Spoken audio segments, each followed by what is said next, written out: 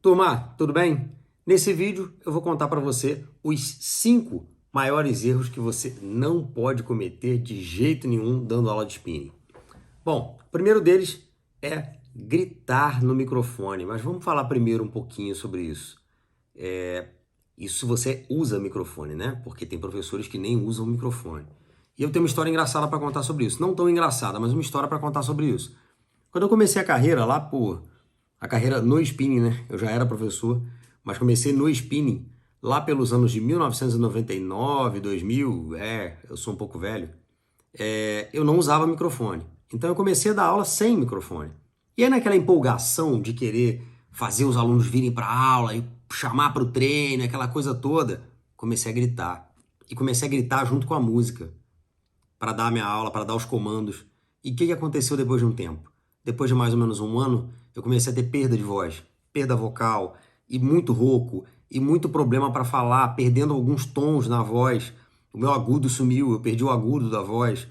Alguns problemas desse tipo.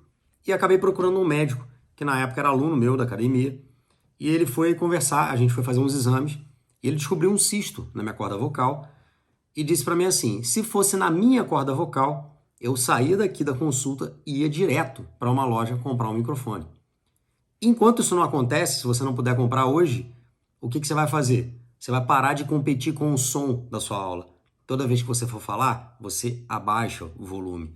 E assim, da maneira mais dolorosa, eu aprendi que eu não podia competir com o som da minha aula. Toda vez que fosse falar, eu precisaria abaixar o som da minha aula. E isso foi uma coisa engraçada que eu trouxe para mim até depois que eu adquiri o microfone, porque pouquíssimo tempo depois eu comprei o microfone, porque eu sentia muita dor na garganta dando aula. Isso já estava quase me impedindo de dar aula, e não só aula de spinning, mas qualquer aula. Dava aula de local também e outras aulas. Isso estava me impedindo de dar qualquer aula, não só de spinning. Eu acabei eventualmente comprando um microfone, investindo no microfone, não o mais top, né? Eu estava começando nesse tipo de aula e o retorno financeiro ainda não era algo que eu tinha muito grande naquela época. Então eu investi num microfone mais baratinho e tal, mas era um microfone, já resolvia o meu problema. Então, dito isso, vamos lá, aprendi da pior forma. Se você não usa microfone, tá aí a minha dica, compra um microfone para ontem. Então vamos lá, falando de microfone, para que serve o microfone? O microfone, ele amplifica a sua voz, ou seja, ele capta uma voz baixa e coloca alta, correto? Então, por que eu vou gritar no microfone? Não faz o menor sentido, certo? O microfone está ali para amplificar a sua voz. Você não precisa gritar no microfone. Você pode falar num tom de voz normal e só alterar o seu tom de voz. Você não precisa falar mais alto, só alterar o seu tom de voz. Eu posso falar, tudo bem, pessoal, vamos dar uma alongada? Ou eu posso dizer, eu quero você na posição 2. Eu só alterei o tom de voz, subi um pouco, mas não gritei, você percebeu? Por aí. Então, quando eu grito no microfone, a primeira coisa que acontece, distorce o áudio. A sua voz sai distorcida nas caixas. E geralmente salas de spinning têm um bom equipamento de som. Geralmente o equipamento de som é bastante potente. Então, quando você grita no microfone, você distorce o áudio da sua voz. A sua voz sai distorcida. E não sei se você já teve a oportunidade de fazer aula com um professor que gritasse no microfone. Eu já tive, e é muito incômodo, muito incômodo. Primeiro que você não ouve direito o que ele está dizendo. Toda vez que ele grita, distorce, você não consegue entender o que ele está dizendo. Segundo que é desconfortável para os seus ouvidos como aluno. Se você fizer a aula de um dia tiver, vou dizer o azar de fazer aula com um professor que grita no microfone, você vai perceber isso. Incomoda.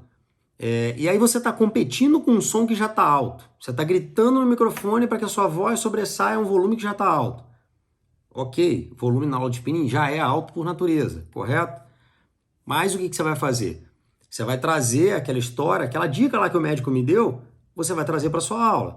Mesmo com o microfone, você vai tirar um pouquinho do volume quando você vai falar. Um pouquinho, não é tirar a música, é diminuir um pouco o volume, dar o seu comando e volta o volume. Um pouquinho só. Principalmente quando for um momento de recuperação, você acabou de vir de uma sequência de estímulos, vai dar uma recuperação, vai dar uma instrução para a próxima sequência de estímulos. Aí, principalmente, você tem que baixar o volume. Tem que colocar a música de fundo e não a música alta. Ela vai ficar de fundo para você falar. Locutores usam muito isso. Não sei se vocês sabem, mas eu já fui locutor, então eu sabia disso. Eu só não aplicava. E aí eu comecei a ligar uma coisa com a outra e falei, opa, peraí, por que eu tô dando esse mole de gritar na música? Né? E aí eu parei para lembrar dos tempos que eu era locutor e era assim que funcionava.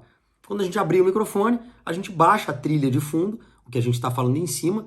Normalmente você não percebe isso numa rádio, mas é assim que funciona. Quando o locutor vai falar, ele baixa a música que está no fundo e ele fala por cima dela. E fica tudo equalizado. Você ouve a música, ouve bem, claro, a voz dele. Então fica essa dica. Não grite no microfone. E sempre reduza o áudio toda vez que você for falar alguma coisa ou dar algum comando, por menor que seja o seu comando. Eu quero que você suba na posição 2. Eu quero que você saia do banco e pedale na posição 2. Você vai baixar um pouquinho o volume, vai falar isso e volta o volume para o normal, porque estava antes. Beleza, esse é o primeiro ponto. Vamos ao segundo. Segundo erro que você não deve cometer na sua aula. Músicas sem sentimento. O que eu quero dizer com isso?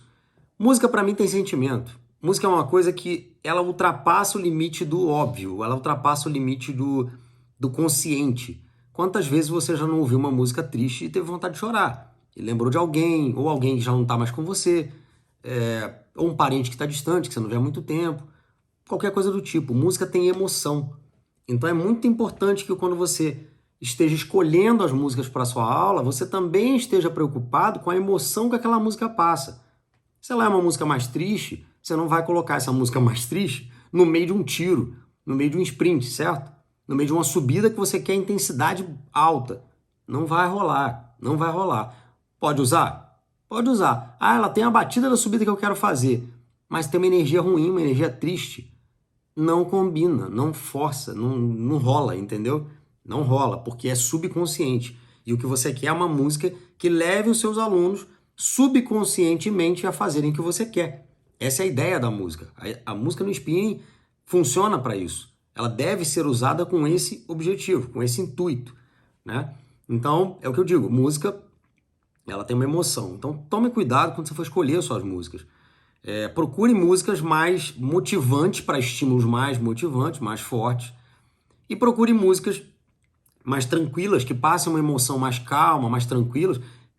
Quem sabe até triste, não sei, depende da ocasião que você quer usar a música, para você alongar, para você fazer um fechamento do teu treino, conversar sobre como foi o treino e tal, explicar que amanhã, olha, eu te espero aqui amanhã e tal. E aí fica aquela música legal no fundo ali, tipo música de consultório de dentista, mais ou menos isso. Não tanto, mas é por aí. Essa é a ideia, pega só a ideia.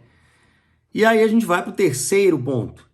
No terceiro ponto, eu digo que um erro muito comum é você não deixar claro o propósito da sua aula. Não só o propósito do treino, daquele treino, mas o propósito de um treino de spinning, né? Qual é o propósito de um treino de spinning? Eu vejo muitas perguntas, às vezes, até na internet, perguntas do tipo: o que o spinning trabalha? Coxa, glúteo, panturrilha? O spinning é um trabalho aeróbio. O objetivo do spinning não é trabalhar musculatura específica nenhuma. Trabalha. Mas o objetivo dele é trabalhar essas musculaturas? Não. O objetivo do spinning é um trabalho aeróbio. É para melhorar o seu condicionamento cardiovascular. Certo? Isso tem que estar claro para o aluno. Ele não pode ir para a sua aula achando que ele vai ficar com pernão, bundão. Não é essa a ideia. Ele está indo para a sua aula para melhorar o condicionamento cardiovascular, que é a base de qualquer treinamento. Melhorando o treinamento cardiovascular, você vai ficar melhor na musculação, você vai ficar melhor na aula de localizada, você vai melhorar uma série de outros pontos. Então é importante isso, você deixar claro o propósito da aula, não só o propósito do treino, mas o propósito do treino de spinning. E se for falar especificamente da aula do dia, é uma aula, sei lá, HIIT. Qual é o propósito da aula de HIIT? Explica para ele para que serve, como funciona. É uma aula de endurance. Fiz um vídeo outro dia falando de endurance. É uma aula de endurance. Se você não viu ainda, corre lá que você vai ver. É uma aula de endurance. E nessa aula de endurance, o propósito é X, X, Y. Então, sempre explicar. Sempre dizer o propósito da sua aula. Vamos lá. Quarto erro. No quarto erro, um dos erros que eu vejo muito acontecer é estímulo errado na música certa. Ou estímulo certo na música errada. Acontece e muito. Por exemplo, vamos pegar o exemplo do terceiro erro que eu falei, né? Ou melhor, do segundo erro, da música sem sentimento. O que acontece? Eu pego uma música de vibe muito devagar, sei lá, uma vibe muito... Não é uma música animada, não é uma música agitada, mas eu não sei como alguns professores enxergam que dá para usar aquela música para fazer um sprint, por exemplo. E eu já fiz. E eu não estou falando porque eu não conheço, eu estou falando porque eu já vi e já fiz aulas assim, em que a música era muito flat e o cara queria que eu fizesse um sprint na música. E falava, vai, 20 segundos, acelera. Numa música que não tinha nenhum refrão, que era forte, que desse para falar, pô, essa música nessa parte, pô, mó porradão, dá para fazer um sprint legal. Não tinha nada, a música era flat. E a pessoa queria que você fizesse um estímulo forte numa música flat. De novo, volto lá no segundo erro. Isso também tem muito a ver com a música sem sentimento. Se eu quero um estímulo forte, eu vou buscar uma música que tenha um estímulo forte. Ah, então eu não posso pegar qualquer música? Eu não posso fazer um estímulo dentro de qualquer música? Ou eu não posso casar um estímulo só porque a batida daquela música é legal, a batida é boa, mas ela não tem aquela vibe pra cima que vai me fazer dar um pedal forte. Ela só é uma batida boa. Eu não posso botar um sprint nessa música? Pode. Vai dar certo? Talvez. E o que eu tô dizendo é o caminho das pedras para dar certo. Eu tô te dando, tirando os erros que eu cometi para você não cometer igual. E tirando erros que eu já vi acontecerem, que nem sempre fui eu que cometi esses erros que eu tô falando, mas eu via na aula de outros profissionais, de outros professores que eu fiz. Então eu tô te dando o caminho das pedras para você não cometer o mesmo erro. Funcionar, funciona? Pode ser que funcione, mas eu te garanto que vai funcionar muito melhor se a música tiver a ver com aquilo que você está fazendo. Não adianta eu pegar, como eu disse, uma música 128 BPM, música de noitada, sei lá, vamos pegar um DJ qualquer, bem conhecido, uma música do Calvin Harris, que é uma música mais flat, mais night, é muito legal, uma música ótima para usar em vários pontos da aula. Mas dificilmente eu vou ter uma música dele que tem um estilo musical específico e eu vou conseguir encaixar um sprint na música dele. É complicado, porque é uma música muito flat, muito night. Não sei se você tá pegando o que eu tô te explicando, mas é mais ou menos por aí. Qualquer coisa, como eu sempre digo, se você tiver qualquer opinião divergente, ou pensa diferente, ou acha, não, dá sim, tem uma música que eu consigo fazer isso. Tudo bem, deixa aqui nos comentários para eu saber. Se você, de repente, você conhece uma música que eu não conheço, vai acontecer? Claro, existem milhões de músicas, eu não conheço todas. De repente você conhece alguma que, batida flat eu consigo fazer, porque nessa parte da música aqui é forte, eu consigo fazer e fica legal, e dá certo com a minha turma. Legal, deixa aí pra gente trocar essa informação que é sempre legal. Vamos lá, quinto erro. O quinto erro é acrescentar ou inventar manobras em cima da bike sem sentido e sem objetivo algum e que não são eficazes. Vou dar um exemplo clássico. Existe nos Estados Unidos e eu sei que tem no Brasil também. Alguns professores trabalhando nesse sentido. Pesos, usar halter numa aula de spinning. Para mim perdeu sentido, porque spinning é um treino de ciclismo. Você já viu ciclista na rua andando com halter? Tá pedalando, tá treinando pro triatlon e tá com halter na mão, fazendo bíceps, fazendo desenvolvimento com halter, enquanto ele pedala? Eu nunca vi. E o spinning, ele é derivado, para quem não sabe, do ciclismo outdoor, do ciclismo real de rua.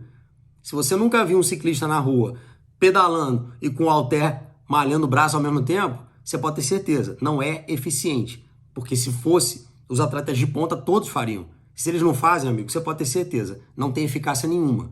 Porque você não está fazendo um e nem o outro. Isso eu só estou falando dos pezinhos, tá? Não vai dar certo para um nem para outro. Porque você vai ter que pegar um peso muito leve para que você continue ainda focado no que você está fazendo lá, que você está pedalando ainda no ritmo, com carga, um pouco de carga que seja, mas e ainda usando um halter que você precisa ter o cuidado de fazer direito, não fazer o movimento errado, ou seja, você está fazendo tudo ao mesmo tempo. No final, você vai ficar, para mim, na minha opinião, igual o pato. Não voa, não corre direito e não nada direito. Então, eu não acho legal. Eu sou do spinning raiz. Spinning é spinning. Spinning, aula de spinning, é música, é pedal e acabou. Não tem pezinho, não tem essa. E inventar coisas na aula que não tem nada a ver. Por exemplo, aula com coreografia. Já vi demais.